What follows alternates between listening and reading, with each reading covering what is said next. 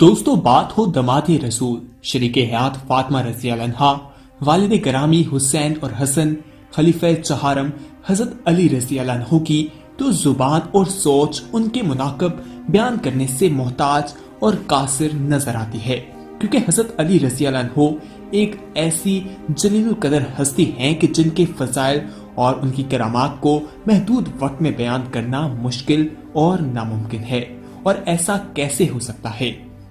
आप वो शख्सियत हैं जिनके बारे में अल्लाह के प्यारे नबी हजरत मोहम्मद सल्लल्लाहु अलैहि वसल्लम ने फरमाया कि मैं इल्म का शहर हूं तो अली इसका दरवाजा है। गोया आने वाले जमानों के लिए ये बात वाजे कर दी गई, ये असूल वाजे कर दिया गया कि जिसको भी इस शहर इल्म अक्लो दानिश की भीख मांगनी हो तो उसे इस इल्म के दरवाजे पर आना है। सहाबा इकराम इस नुक्ते को बखूबी समझते थे। चुनाचे हजरत अली रज़ी अल्लाह अन्हु की हयात मुबारका में ये उनका आम मामूल था कि वो मुख्तलिफ जिंदगी से जुड़े हुए मसाइल लेकर उनके पास सहाबा इकराम उनके दरबार पर हाजिर हुआ करते थे और उनसे तसल्ली बख्श जवाब तलब किया करते थे।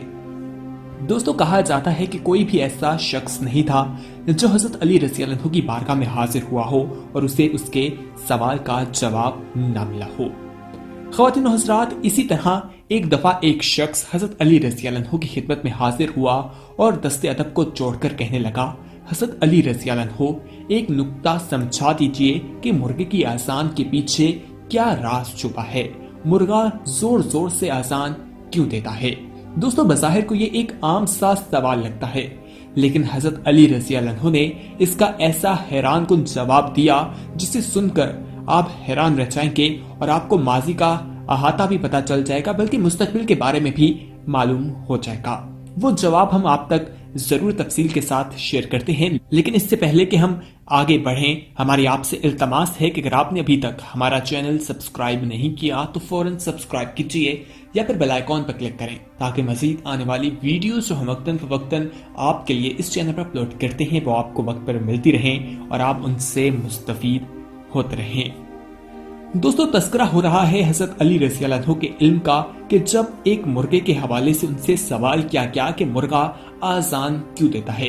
ये आम सी बात है कि आपने भी सुन रखा होगा कि सुबह सवेरे फजर के नमाज से पहले, सूरज निकलने से पहले जो है मुर्गे की आजान देने का वक्त होता है। इसके पीछे क्या हिकमत है, क्या राज छुपा है? हजरत अली रज़ी अल्लाह अन्हु का जवाब जो है वो यहाँ पर बयान करते हैं। उसका मफहूम कुछ इस तरह से है कि अल्लाह ताला के हर काम में, हर मखलूक में, हर चीज में कोई ना कोई मसलहत पोशीदा है। इस जमीन पर इंसान की आमद से कबल हजारों साल पहले यहाँ पर जिन्नात बसा करते थे और वो दिन और रात में कोई फर्क नहीं रखते थे। जब अल्लाह ताला ने जिन्नात पर यह हुक्म कर दिया कि वो सिर्फ रात तक महदूद हो जाएंगे, तो फिर जब जिन्नात ने सरकशी की कोशिश की तो फरिश्तों और जिन्नात की जंग के बाद उन्हें रात तक महदूद कर दिया गया। ख़वातीन और हज़रात, इस वक्त ये परिंदा आसमानों में उड़ा करता था, यानी कि मुर्गा जो आज उड़ता नहीं है वो उस वक्त आसमान की बुलंदियों में हुआ करता था।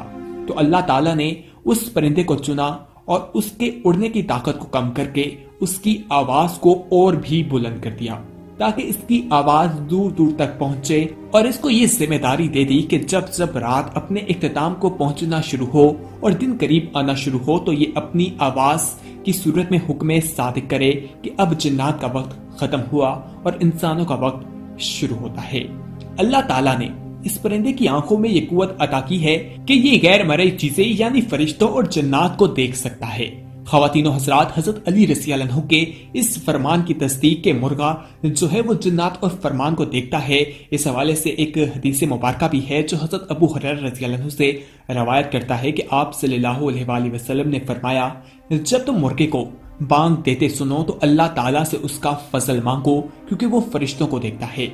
इसी तरह हज़ूर अकरम सल्लल्लाहु अलैहि वसल्लम की हदीस का जो दूसरा हिस्सा है उसका मफहूम ये है कि जब तुम गधे को बोलते हुए सुनो तो शैतान मरदूद से अल्लाह की पनाह मांगो, यानी कि वो उस वक्त शैतान को देखता है। इस तरह अबू दाऊद में एक हदीस बयान की गई है कि रसूल अकरम सल्लल्लाहु अलैहि वसल्लम ने फरमाया कि मुर्गे को बुरा ना कहो क्योंकि वो नमाज के लिए जगाता है।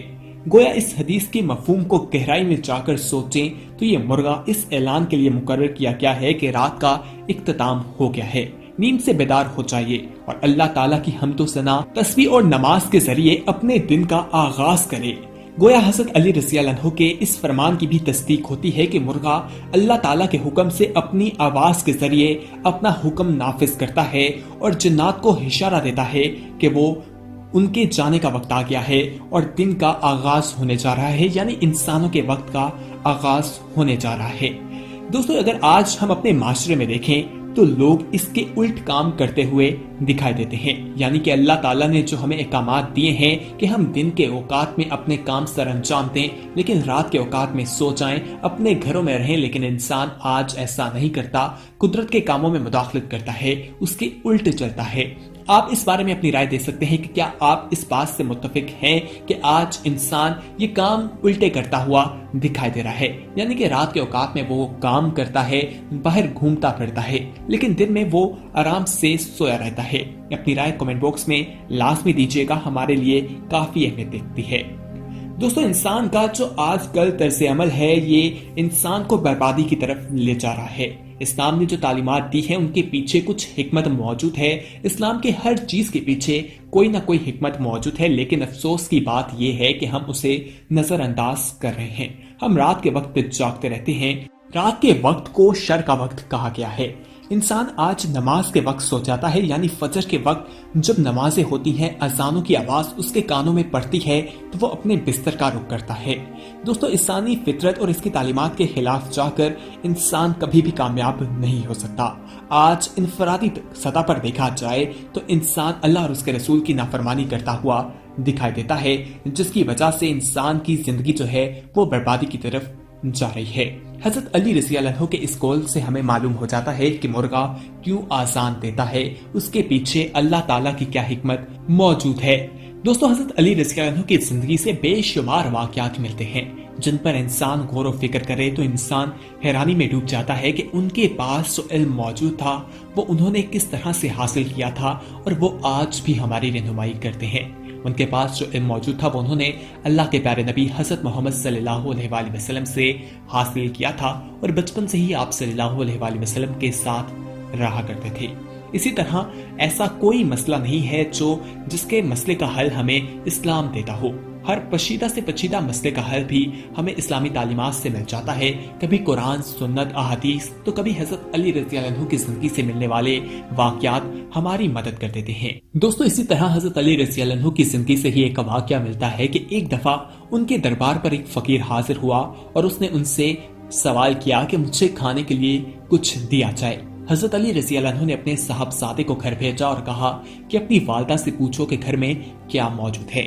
وہ گھر گئے اور حضرت فاطمہ رضی اللہ عنہا سے پوچھا کہ گھر میں کیا موجود ہے، تو حضرت فاطمہ رضی اللہ عنہا نے کہا کہ گھر میں صرف 6 درہم موجود ہیں۔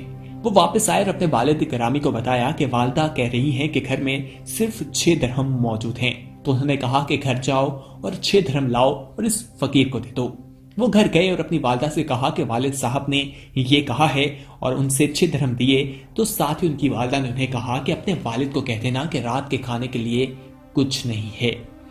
وہ آئے، انہوں نے وہ 6 درہم اس فقیر کو دیے اور اسے روانہ کر دیا، اور ساتھ ہی والد صاحب کو بتایا کہ والدہ کہہ رہی ہیں کہ رات کے کھانے کے لیے گھر میں کچھ موجود نہیں ہے۔ تو حضرت علی رضی اللہ عنہ نے کہا کہ اپنی والدہ کو کہو کہ اللہ پر توکل رکھے۔ دوستو، اس کے بعد کہا جاتا ہے کہ حضرت علی رضی اللہ عنہ وہاں سے نکلے تاکہ باہر جا کر رات کے کھانے کا بندوبست کیا جا سکے، محنت مزدوری کی جا سکے۔ وہ باہر نکلے، انہوں نے دیکھا کہ ایک یہودی اونٹ فروخت کر رہا تھا۔